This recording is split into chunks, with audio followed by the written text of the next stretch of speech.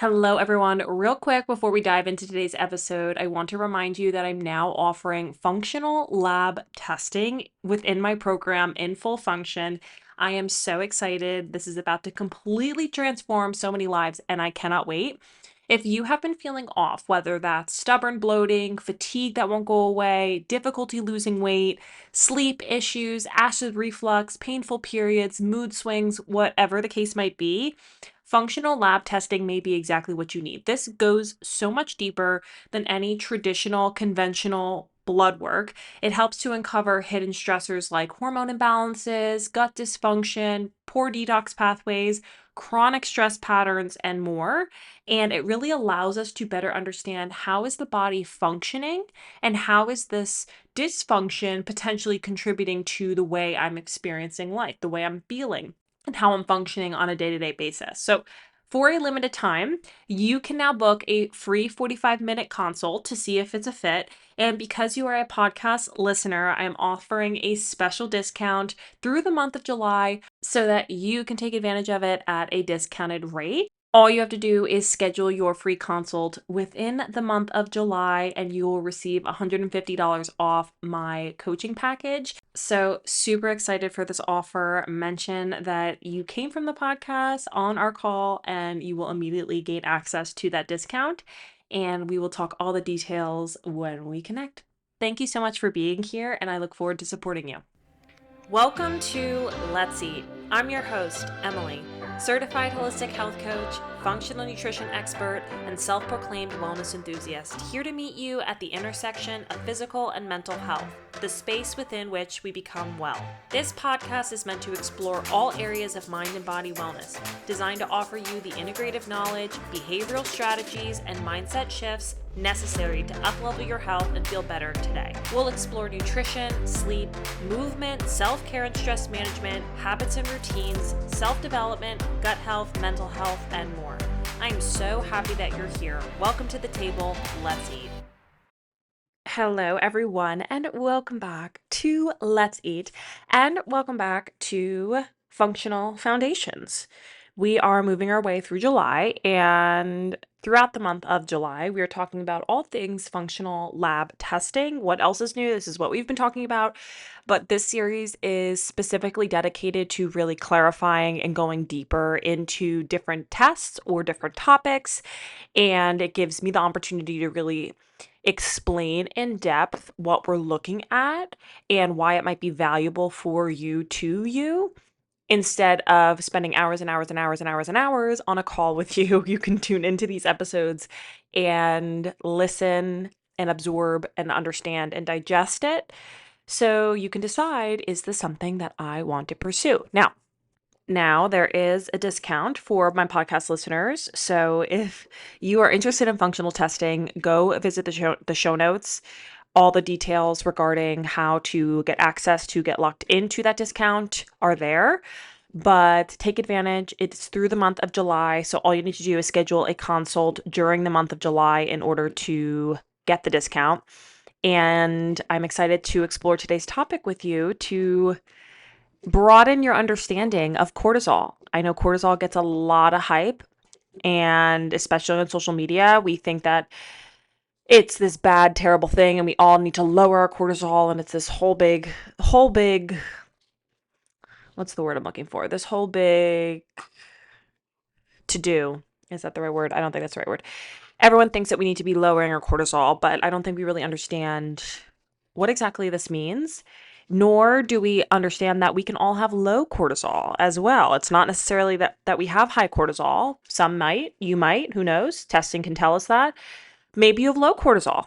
And I'm going to explain a little bit about what that means. And we're going to talk about what it means to better understand what phase of HPA axis dysregulation that you're in and why we measure cortisol over the course of the day and what symptoms might be associated with cortisol and what we can do about it. So Tallow is chewing on a yogurt cup. I'm going to have to listen back and see if you can hear this in the background. Of course, she chooses the most inopportune times to chew on the noisiest of all things, but I did give her this yogurt cup, so that's on me. But yes, we're going to dive into cortisol. Cortisol is our main stress hormone. We need cortisol. We would not survive without cortisol. But in today's day and age, in today's chronically stressed out world, we are just basking in cortisol. Our bodies are trying to function in the midst of chronic cortisol release, and lots of dysfunction develops as a result of that. So we'll dive into the specifics of it, why we look at 4 points of cortisol, why this differs from what you might see at your doctor's office. I definitely want to clarify that because I think a lot of times I've heard, and especially over consults and conversations, oh, well, I had my hormones tested, they looked at cortisol and it was normal. And I want to explain why functional testing might be a little different as it relates to that conversation. So let's dive in. Welcome back to the table. Let's eat.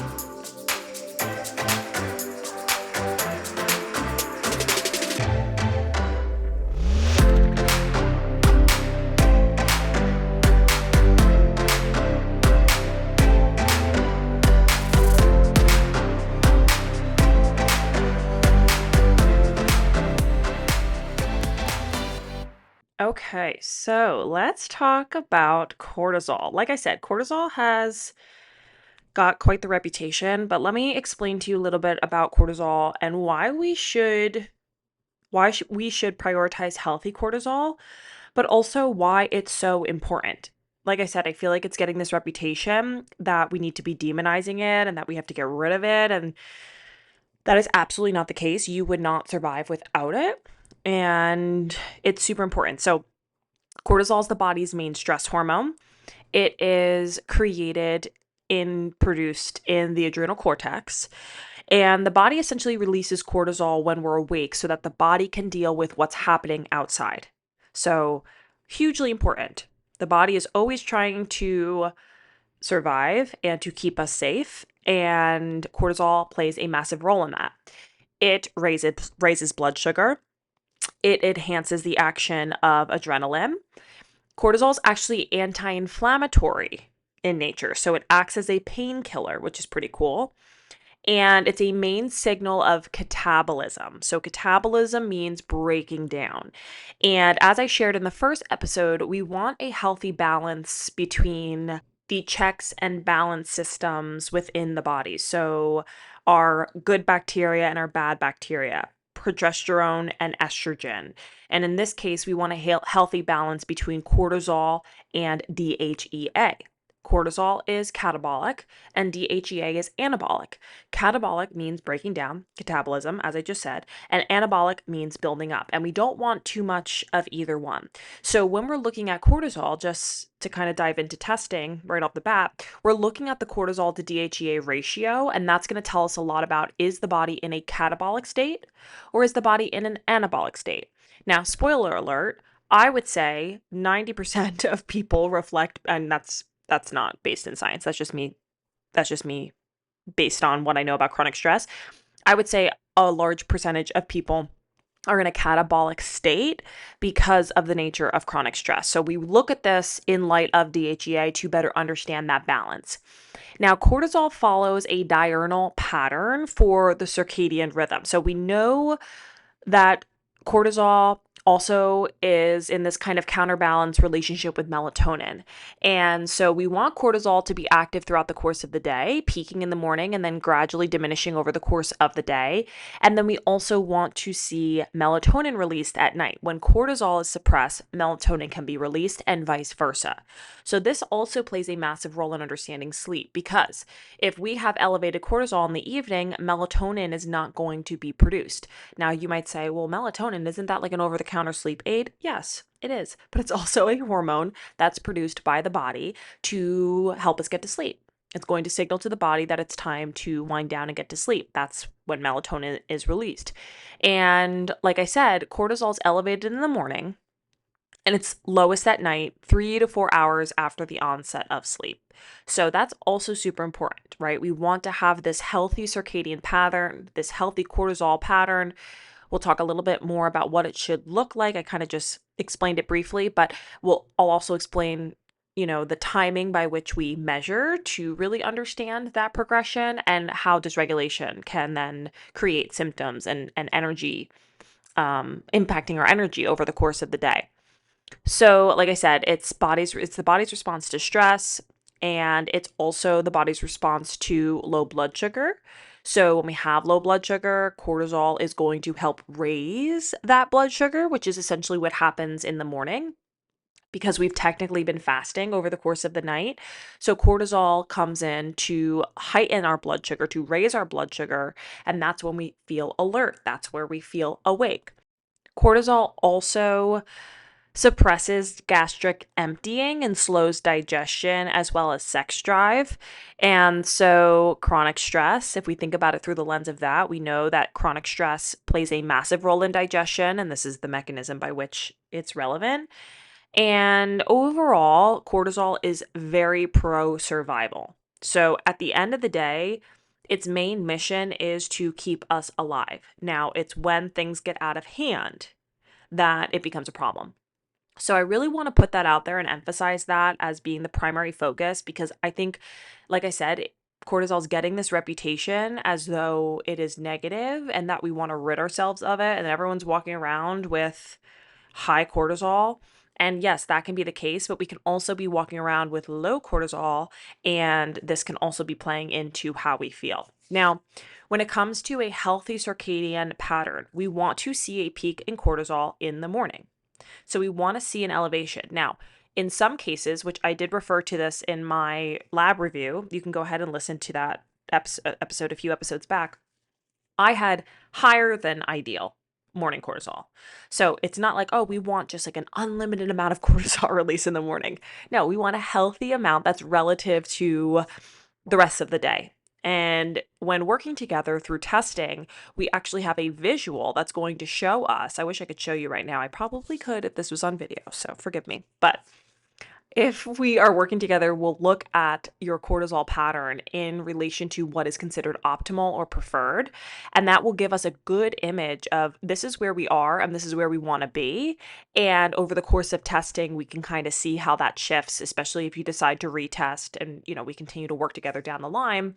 We can kind of see how things progress, but we don't want it to be over the top elevated. We want it in a healthy spot that it's at its optimal elevation first thing in the morning so that we feel alert, we feel awake, and we're ready to rock. Now, a you know, big issue is a lot of people are waking up and not feeling refreshed. And a lot of people are waking up and feeling sluggish or having a hard time getting out of bed. I feel like that's like one of the most common issues that people deal with. Or on the opposite side of the spectrum, they're feeling really wired but tired at night. That's kind of the wired and tired is like I am feeling sleepy, but I feel like buzzed. Like I could be, I had a client one time, this was probably over 2 years ago, maybe a year and a half ago. And she would get this burst of energy at like 10 o'clock, and then she'd be up till like 3 a.m. And then she'd have to get up and go work her job like in 7 o'clock in the morning.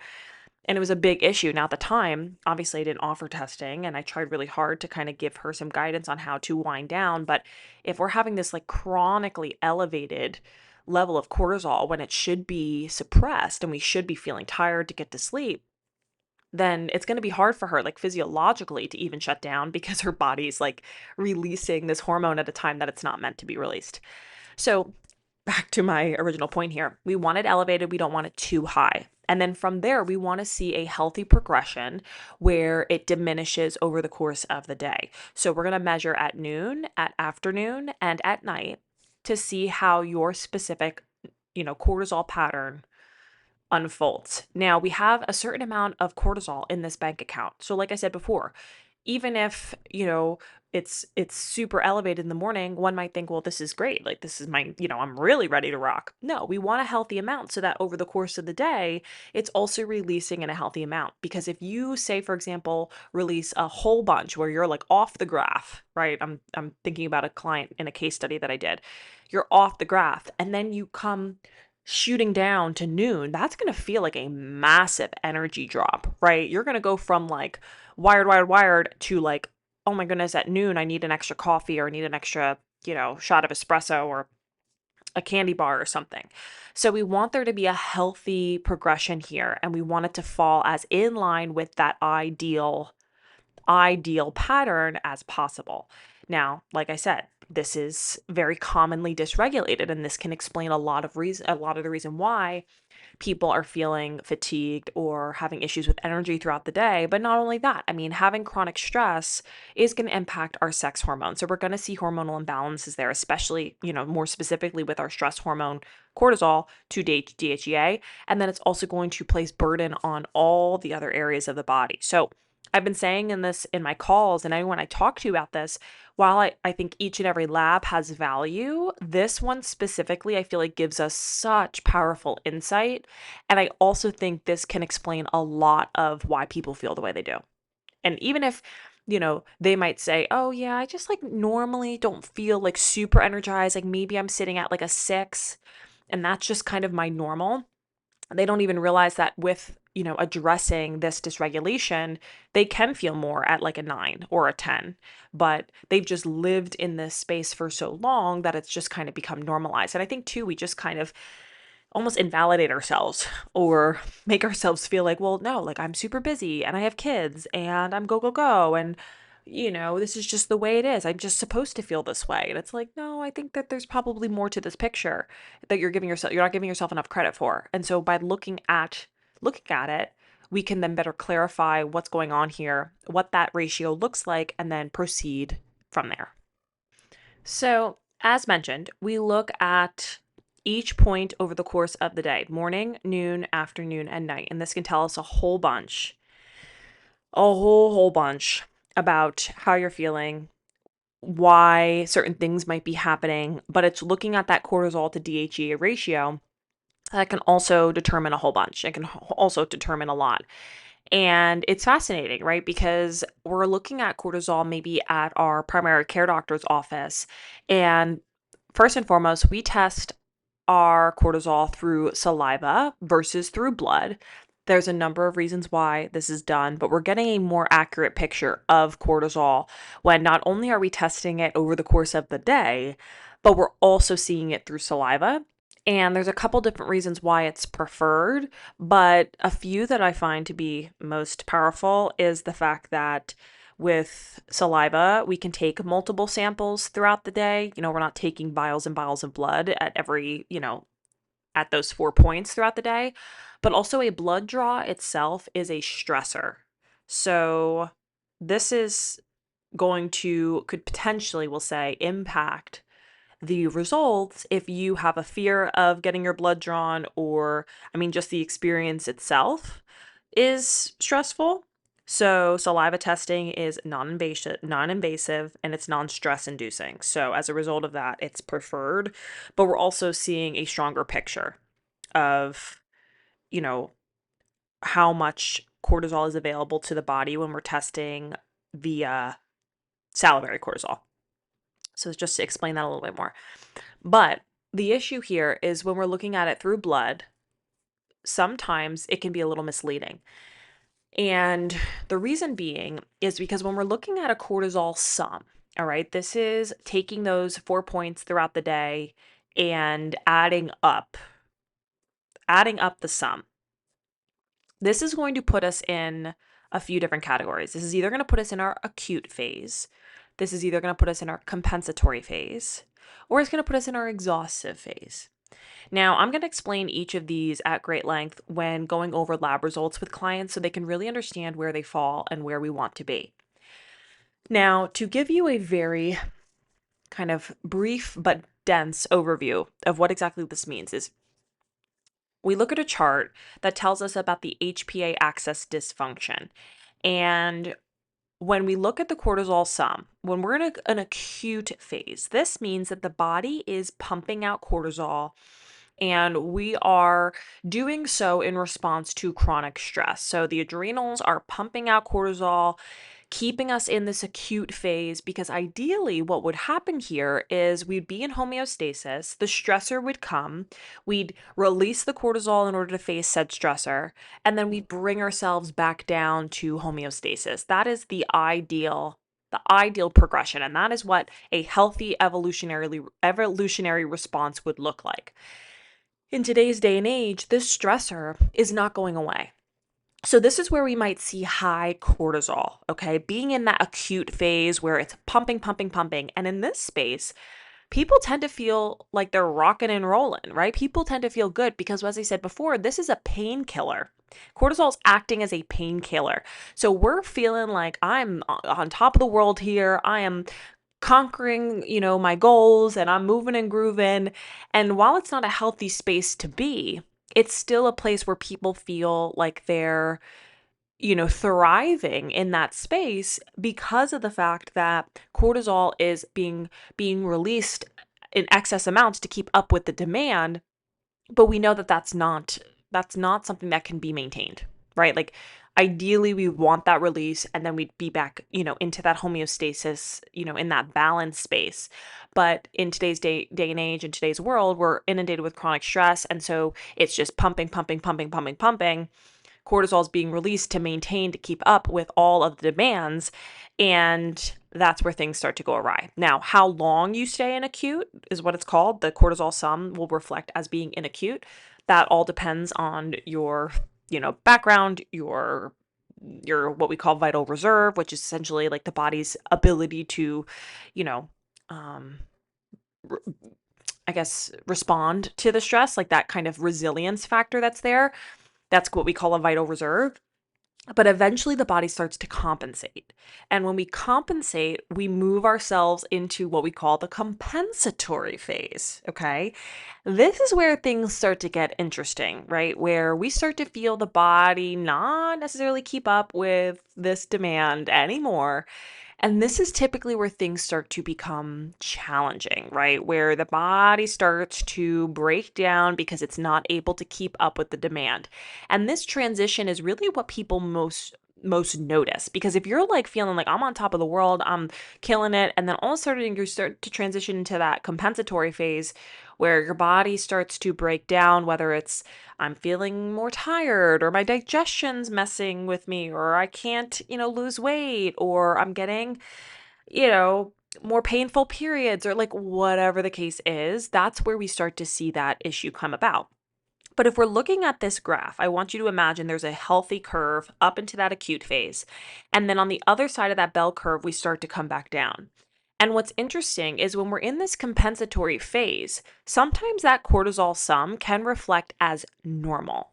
Because if we're starting in homeostasis, we're starting in balance, and then we start to release cortisol and we're coming up into this acute phase. I'm doing it with my hand right now. I wish you could see. They're coming up into that acute phase. And then once the body starts to compensate and their catabolic effect starts to set in, where there's too much cortisol and it's starting to break down the body, we come onto the other side of that acute and we start to come down into compensatory. And what happens here is the cortisol sum can reflect as normal. I'm going to say that again. The cortisol sum can reflect as normal. So we see it in alignment with that homeostasis sum, where it's like, all right, the cortisol sum reflects normal or healthy, but I don't feel normal. I don't feel healthy. And that's typically what we see with when it comes to the blood work. We might see that your cortisol is normal or healthy, and doctors will tell you that, but you could easily be in that compensatory phase, which is going to reflect as normal because it's the body on the other side of that bell curve. Does this make sense? I hope this makes sense. So I'm going to say it one more time. Coming up into the acute phase, we're rocking and rolling. The body is pumping out cortisol. It's not a healthy spot to be, but it's still, we're in that kind of painkiller move and groove. My lab work reflected that I am in acute phase, which I'm not surprised by because I am rocking and rolling. I know I am with everything I'm doing and all the things I have going on. But then on the other side of that bell curve coming down, we're going to find ourselves back in what we would maybe deem as homeostasis, but it's actually the compensatory phase. And the reason why this is important is because we can correlate this now with what symptoms you're feeling. You start to notice, well, like 2 years ago, I was able to pull all-nighters. I was able to, not get any sleep and go to work the next day and feel fine. Or, I was able to work out and recover and bounce back from it and feel fine. And now it's just not the same. And typically that's a sign that you're in that compensatory phase. If you were in homeostasis and balance, you wouldn't feel unwell. Like you wouldn't feel that way. So that's where we see the compensatory phase. And that's where things start to get interesting because typically that's where most people fall, I would say. Not, I don't want to say most because obviously they can fall in the other two categories, but this is where I think people start to realize their body's breaking down. And that's when it becomes more disruptive to their life. Right? No one's going to come to us in balance. No one's going to come to us in homeostasis and be like, yeah, I feel great and I still want to do this. Like people only seek out help when they don't feel well, when it impedes their ability to function daily. So then if we continue in that compensatory phase and we're, feeling unwell and things persist, the chronic stress persists, that's when the body starts to slow down that production of cortisol because it just simply can't keep up anymore. And that's where we see low cortisol. And this is in the exhaustive phase. So this is where things are super depleted. We are just, at our wits' end. We have nothing left to give.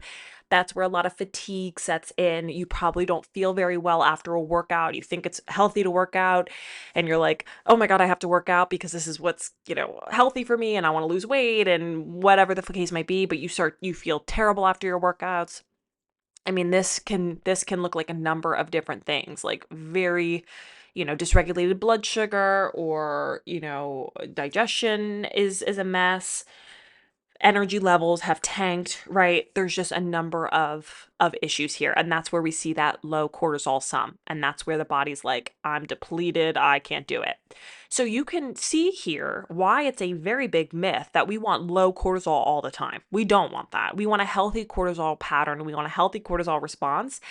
And having low cortisol is just as, I don't want to say bad, but just as unhealthy as having high cortisol. It's like we have to find that middle ground and we want a healthy response where the cortisol is being elevated in moments that it should be, but then it's returning to baseline and that we're able to kind of have that healthy response. And another thing that I didn't mention, and I just realized I didn't mention, I want to be sure I say, is that transition into that compensatory phase, the body is losing that painkiller effect. So that's why things start to become a little bit more obvious to us when we move into the compensatory phase, is because the body's compensating in other ways. So taking money away from digestion, taking money away from detox, taking money away from these areas to afford the response that's needed to the stress, right? The body only has so much in its bank account. And so, for example, if there's a need for that cortisol, the body's going to take away the money needed to produce stomach acid. And so, there's not going to be enough money to put towards that investment. It needs to put it towards the stressor, the chronic stress that's, threatening, quote unquote, our survival in the external world. And so as a result of it, money's taken away from all these other areas. That's like why it's called compensation, right? Like it compensates. So very important there, right? When you're putting it in that lens, it makes so much sense. It's like, okay, yeah, obviously, if the body's like trying so hard to keep us safe and it's trying to keep us, alive, it's going to have to take resources away from other areas. And that's where we see the body starts to compensate. And one of the primary ways this happens is the cortisol to DHEA balance. So DHEA, like I said before, it's counter-regulatory to cortisol, and it's also the parent hormone to our sex hormones. So like I said before, if cortisol suppresses the production, the release of DHEA, and the hormone DHEA is the parent hormone to our estrogen, testosterone, and so forth, what do we think is going to happen to our sex hormones? Our sex hormones are going to be compromised because if the body's like, heck no, we need to keep producing this cortisol, we don't have time or we can't produce the DHEA because it's being suppressed due to the release of cortisol, we're going to have issues and compromise to our sex hormones. And we're going to see hormonal imbalances. We're going to see issues in that department, which is going to manifest in lots of different things.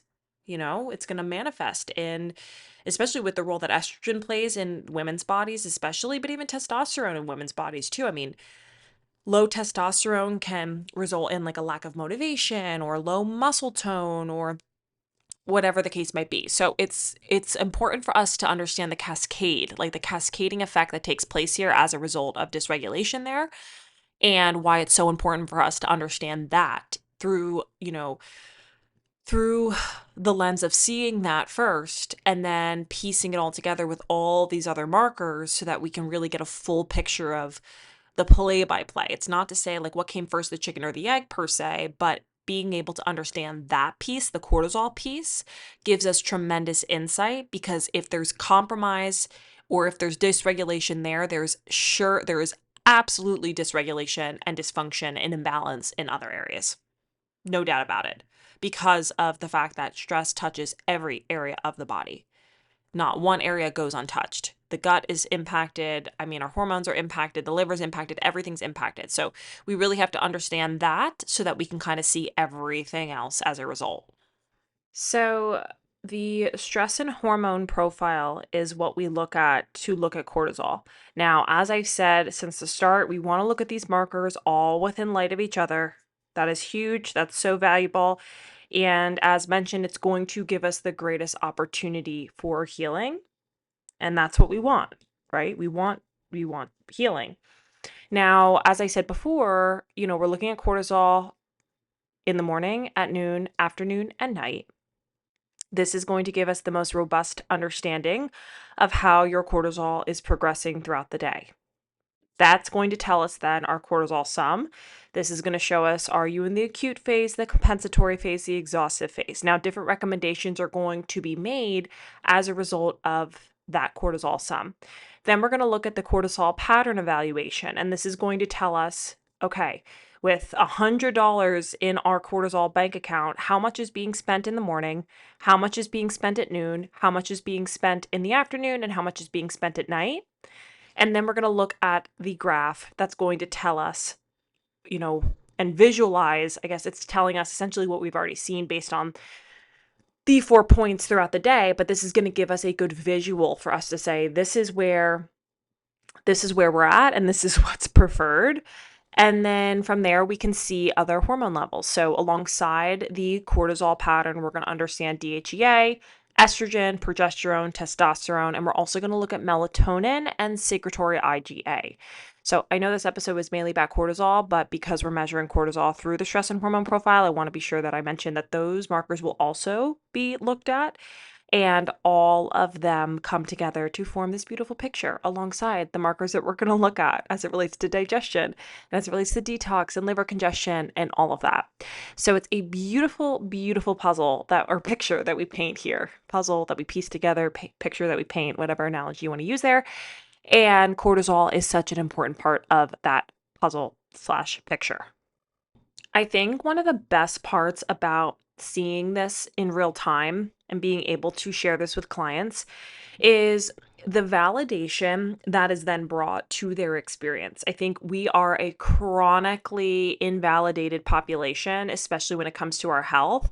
And this is a large part or like large doing by our medical system. And so by being able to see, oh my God, that makes so much sense why in the afternoon I feel so sluggish. I feel so low energy because we're seeing based on your pattern, that's where you see a dip in your cortisol. And that's where it should be elevated, a little slightly elevated, right? So you're feeling that energy, but it's instead like plummeted, right? And so I think it gives us that opportunity to feel like, okay, yeah, this is why it's happening physiologically. And then it gives us motivation and incentive to work on it from there. That I think is the greatest part of any test result is getting that validation and feeling like, oh, okay, that makes sense why this is happening. This is understood now because I'm seeing it through the lab data and it's matching up based on what I'm reporting. Now, it's not to say that it's always going to be a perfect science where it's like symptom correlates beautifully with lab data. That's not necessarily the case. For example, say first thing in the morning you have elevated cortisol, but you're like, no, I wake up feeling fine. I wake up feeling refreshed. Like I have no trouble getting up in the morning. That can be a byproduct of, say, there's a pathogen that's active overnight. That maybe I woke up that morning in particular and I got word from my boss that I was being laid off or something. That's a stressor, right? There's certain things that can impact the data that, it might not make sense. It might not, totally line up, and that's okay too. We can't expect it to be perfect, but there typically is a lot of overlap that's there that provides us with insight and clinical correlation, if you will. That's the word, that's the term that's used for us to say, okay, this makes sense as to why I'm feeling X, Y, and Z. Or, I mean, and it's not limited to cortisol, right? Like you have lots of overgrowth and you have leaky gut and you have pathogens and you have X, Y, and Z, and you've been dealing with horrendous digestive distress. Seeing, oh, wow, like look at all of these things that are happening. It helps you feel like, okay, this is why this is happening. Whereas at a GI doctor, they might just say, okay, you have IBS and just take this medication, or go on like a low FODMAP diet, or whatever, to eliminate dairy, eliminate gluten, whatever they suggest, and you're feeling kind of like, well, why is this happening? Why is this happening? And why does this exist? So I hope that this brings you some validation for what you're feeling, because oftentimes that is the goal. And that's what I feel like very excited about, is being able to clarify for people the connection between their results and what they're feeling, so that they can see, like, this is why this is happening. This is where the dysfunction is, and this is what we can do about it. So, when it comes to cortisol dysregulation, I don't want to go into anything like real specific, because I feel like that is like very individualized and tailored. But the goal is so much more than just breath work. And I think that that's like very, I don't know, like that to me is frustrating when it's like, you just need to take deep breaths and meditate. And it's like, that's not really all that it's about. There's like a lot more, and it can require more like targeted supplementation and focus and so forth the in order for the healing to take place. Now, obviously, setting boundaries and, you know, taking care of ourselves in terms of self-care and taking things off of our plate that we can take off, like all of this has a massive, massive role. But there's also a lot we can do as far as like stabilizing our blood sugar and taking maybe some herbal remedies like ashwagandha or reishi, or addressing our sleep schedule. Or, for example, if you're in the exhaustive phase, you're not going to want to do high intensity workouts. In fact, you're going to want to do very low impact, restorative, gentle movement for a long while. You're going to want to, avoid caffeine. You're going to want to, be sure your blood sugar's balanced. Like I said, you're going to want to reduce blue light. You're going to want to really focus on like these foundations. So it's not just about taking deep breaths and, saying no and whatnot. It obviously has a lot of impact there because we want to reduce stress, but there can be other things aside from psychological stress that's causing stress in the body. So toxins and processed foods and high impact workouts and chronic light exposure, blue light. I mean, let me reframe that. Blue light exposure, because we know our natural sunlight is medicine for our cortisol. So being really intentional about how it's not just about, the meditation mindfulness work. That is valuable. That's something I constantly work on. It's a work in progress always. And I think that's because it's one of the harder things for us to incorporate, is taking the time to disconnect and breathe and whatnot. That's like a big goal of mine moving into the second half of the year, is to be very rigid and diligent and disciplined when it comes to that, especially given the fact that I know my cortisol looks the way that it does. But it goes well beyond that. There's a lot of nutrition and lifestyle pieces to that puzzle as well. And I want to be sure that I am very clear on it when it comes to any kind of cortisol specific protocol. Now, any protocol that you're working on with me is not going to be just isolated to cortisol, because we're going to see that there's dysfunction in other areas. And so by being able to address, say, your gut, or, eliminate toxins for the sake of reducing liver congestion, all of it's synergistic, all of it's symbiotic with each other. So we're going to see improvements in all areas, just because stress touches every single area of the body. And cortisol, like we know, as I said in the beginning, it's catabolic. It is catabolic. So it's going to break down. So just imagine that impact on how it's going to impact the whole body and how important it is for us to be cognizant of this, but we're also going to simultaneously build up the body in other ways. You reinforce the gut, reduce the toxin exposure, implement more stress management strategies, take away the processed food, the gluten, the alcohol, the sugar. And it's about taking away so that we are able to then build up at the same time and the body can resume its functioning as it's meant to. So, I'm hopeful that this was a very comprehensive episode for you to learn a little bit more about the basics of cortisol.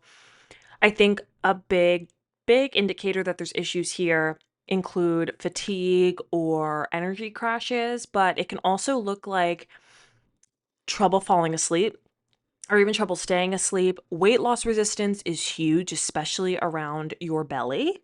That is a very big indicator that there's might be something going wrong here. Even things like anxiety or mood swings, PMS or irregular cycles, because as I said before, cortisol is going to impact our sex hormones as well. Cravings for things like salt or sugar, feeling worse after workouts, that is a huge one. I think that's a very specific. Tallo's with me right now. So I'm I'm multitasking here. That's a very specific symptom because I feel like workouts should make you feel energized and make you feel like ready to rock. Now, if you're doing like a 3-hour run, like obviously I mean, if you're doing a 3-hour run, I think we need to consider what your cortisol level looks like because that's very stressful on the body. But if you're doing a 3-hour run, you might naturally just feel tired because that's a long distance run or long time period. But if you're feeling like you're depleted after a workout or need to take a nap or need to lie down, that's often a sign that you're in a exhaustive phase because your body just simply does not have the resources to handle it. When stress becomes negative, that's where we want to call our attention to it because stress can be eustress, which is healthy stress, and it can be distress. And so, stress in the form of a workout, that's a healthy stress. That's a good stress on the body. It's challenging the body. But when it becomes distress, it's because the body's not able to handle that type of impact and it's causing more harm than good. And then another indicator, which I don't think is talked about enough either, is getting sick too often or taking forever to recover from that sickness. So, alongside the sex hormones and cortisol and so forth, we're going to look at melatonin and secretory IgA on the stress and hormone profile. And this will tell us a lot about your immune system. So, I think that's really neat too, because we'll be able to see that alongside it. But this is just giving you a general understanding of cortisol and what we look at, why it's so valuable, and what is to be considered when it comes to each cortisol, each phase of cortisol dysregulation, where you might fall. Testing will show us that. And then based on that, it gives us a very good understanding of where the body is and what support is needed to address it based on that viewpoint. And it's really neat. I think it's so cool. And looking at it 4 points throughout the day and being able to have that information and then talk with you about it and say, okay, tell me about what your energy is like over the course of the day. Tell me, how you feel in the morning, in the afternoon, and in the evening. And this can really validate someone's experience, like I said. And there's nothing better than feeling validated, because I think, like I said, how many times? Oh, she just bit my elbow. How many times have I said before, or what did I say before? About how invalidating our medical system can be, where, oh, it's all in your head. Oh, it's anxiety. Oh, it's stress. It's like, okay, yeah, it is stress, but can we dive deeper into this? Can we look at it closer? And luckily, functional testing will do that. That's wonderful. And everyone's so different. It's going to be an individualized look at your specific pattern, and then your protocol will reflect it accordingly. So, thank you for tuning in to another episode of Functional Foundations. I hope that you found this episode valuable.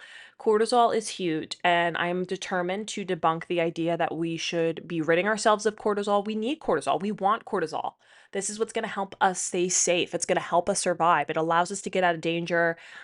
it preps the body and primes the body to do what it has to do in those moments. But I think in today's modern world, we are just chronically stressed, and this is resulting in a ton of dysfunction because our bodies are not meant to function this way. Our bodies are not meant to operate this way. And so that's why we see such dysfunction as a result of it. So the point is to bring us back to that homeostasis so that the cortisol can do what it has to do in moments of stress without it creating dysfunction or, without the imbalances taking place or the body having to compensate. It's super, super important. So once again, take a look at the show notes to learn a little bit more about the discount that is exclusive for podcast listeners. It is available through the month of July. You do have to schedule your consult within the month of July. So just remember that it has to be this month in order to gain access to the discount, but you have plenty of time left. And if you're listening to this when this episode is released, you have plenty of time in this month to go ahead and schedule. And if you ever have questions, my email is in the show notes. Shoot me an email. Or we can, meet over the free consult and discuss questions that are more specific to you and your needs to see if testing is right for you. But thank you again for tuning in to another episode of Let's Eat. And until next time, be well.